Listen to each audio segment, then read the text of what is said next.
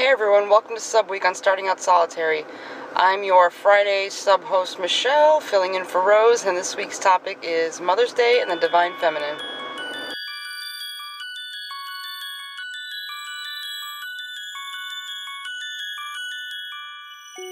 I already talked about my views on gender roles and my practice last week, and as far as the Divine Feminine and Mother's Day, I don't really incorporate Mother's Day into my practice. However, this year on Mother's Day, when I was hanging out with my mom and, I took her out to lunch and then we just hung out, went to the mall, did stuff like that. When we were back at her house just, chatting and talking, I was explaining, my beliefs to her and my path and what certain things meant because she wasn't sure. And I did a quick little 2-minute video with my mom on my personal channel, but this year I actually did discuss my path on Mother's Day with my mom. So, and I do think it's important to honor the Divine Feminine, not only in your practice, but in, your everyday life. And that, also goes for the masculine as well, but, that's kind of what Mother's Day is for, whether, you're American, you celebrated it last week, or, it's on another date in your country.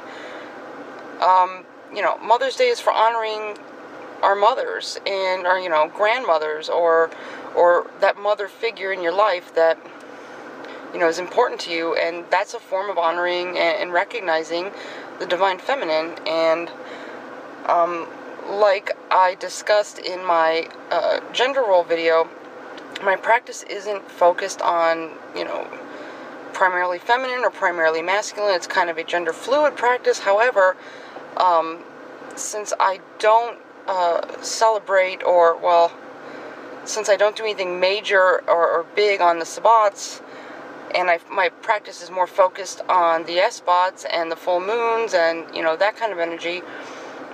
Somebody else talking to about it pointed out, well, isn't the moon associated with the goddess and the feminine? And I thought, well, yeah, I guess it is. So, I don't look at the moon as a feminine entity or energy, although I know that that's the correspondence associated with the moon is the goddess and feminine.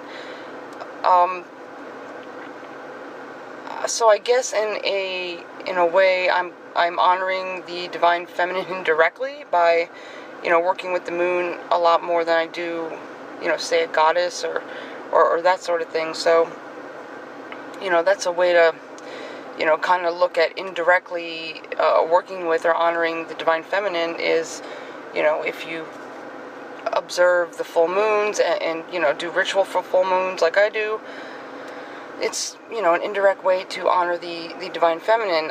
Same thing with the sun. And, then we talk about Mother Earth, Father Sun, that sort of thing. So, while it's already incorporated into my practice on a subconscious level, I guess, or an indirect level, because I'm not, primarily thinking, okay, this is feminine, or okay, this is masculine, it's already woven into a lot of our paths. So, but, like I said, I already discussed this, my views on the gender role thing last week, and I'll link that below. And I'll also link my little Mother's Day video below. It's like 2 minutes, me and my mom. And I also have an announcement. Don't forget, tomorrow is our second live event, and it will be starting at, I have times written down here, 11 a.m. Pacific time, 2 p.m. Eastern, 7 p.m. British something time. And if you're having trouble sleeping in Australia, it will be at 4 a.m. Australian Eastern time. So, yeah, 11 a.m. Pacific and 2 p.m. Eastern, we will be launching our second live event on here, right here on the Starting Out Solitary channel. You can watch it through YouTube or Google+. And, of course, we'll be posting all the links and everything for that when the time comes tomorrow. But, yeah, join us, and, you can, post questions on the video or, interact, through the chat feature. I think we'll have that active. I'm not sure, but there'll definitely be ways to interact and ask questions, because we'll be monitoring the comments on the video on YouTube and on Google+, and come join us for that. And that's about it for today. Hope you guys had a great week. Blessed be.